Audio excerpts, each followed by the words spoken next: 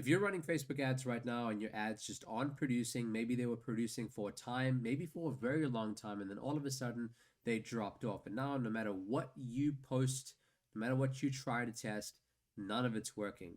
And in this video, I'm going to explain to you exactly how you can launch winners pretty much 80 to 90% of the time without fail, meaning that every time you launch something, it is almost guaranteed to work. Now, how can I be so confident in this? Because what I'm going to show you in this video is exactly what I've used well over a decade now to have ad accounts that are spending $10, $20, $30,000 a day, and ads do not fatigue. The kind of ads that I only have to check once, maybe twice per week, if even. So without further ado, let's dive in. So as you can see on my screen over here right now, I have a funnel. Okay, there's the top and there's the bottom. Now, this isn't going to be the regular top of funnel, bottom of funnel conversation.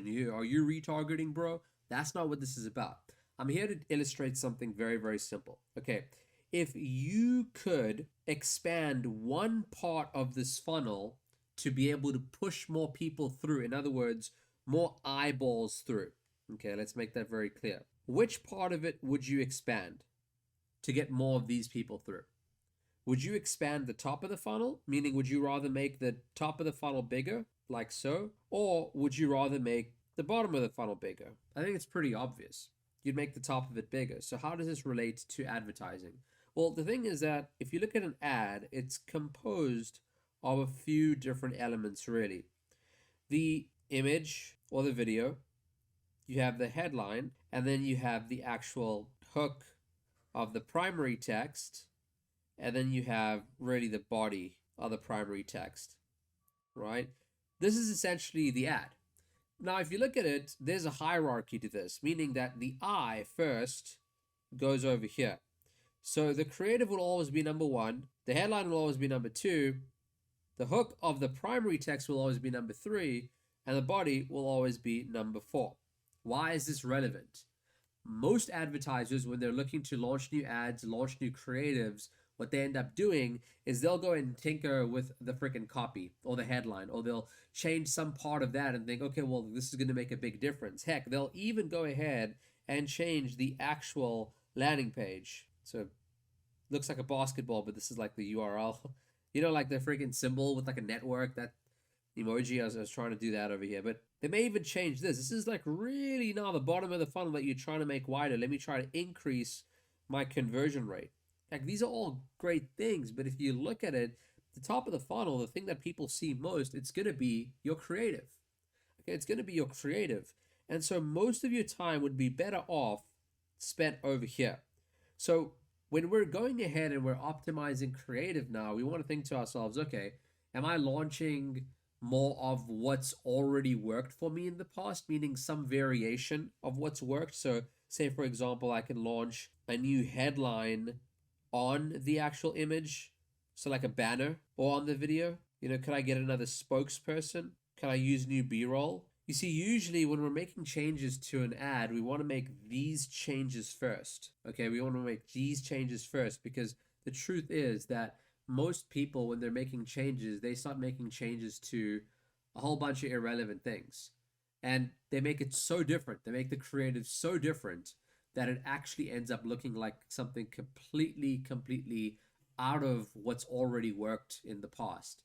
And if you want to take anything out of this video, it's that if you're going to do any creative testing, then you want to make sure that you're testing the image and the video, but on top of that, you're testing some slight variation of what's already worked, because chances are that the reason the thing that has already worked in the past, you can look at that element of it and you can usually tweak it to get a lift out of it.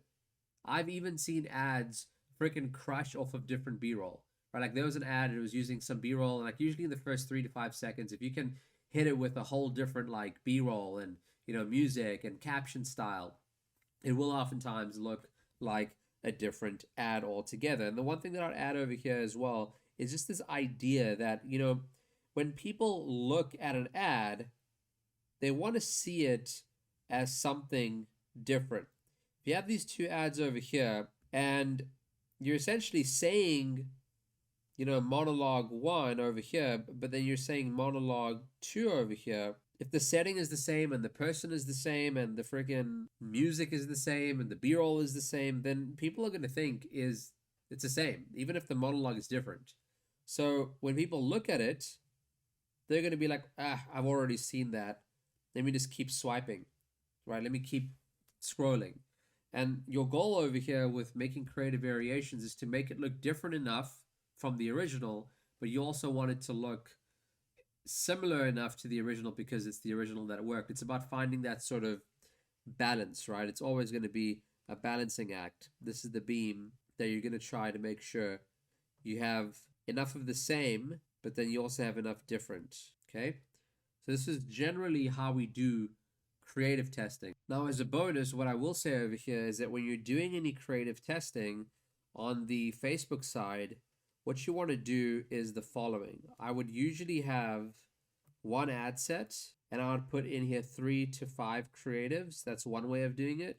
You could also have an ad set. You could also have an ad set with just one creative, right? That'll put more budget towards this one for sure. This one over here, it may split the budget. It may not. It actually may not. And then really more and more what we're seeing now is that you could have an ad set with even 10 plus creatives, and we'll still see Facebook ultimately choose the ones that it thinks is best. And usually what's great with the 10 creatives strategy is that you can launch a bunch of your creatives, the ones that are working, keep them running, keep scaling the ad set. The ones that aren't working, shut them off and then replace them with new creatives. So there's multiple ways in which you can skin this cat that is creative testing. But really, the main thing that I said early on as well is just going to be really important is to recognize that at the end of the day, we want to make sure we're focusing on filling sort of this top of funnel over here, not necessarily with freaking traditional. We want to fill this top of funnel with more eyeballs. Just coloring this in, not that you really care, but what that's going to allow us to do is capture more attention. It's really these other things later on that are secondary. So hope you enjoyed this. If you want to get more information on how I run ads, how I write ads, how I optimize ads, you can join my free school community. We'll be happy to share more information that isn't ever shared on the YouTube channel.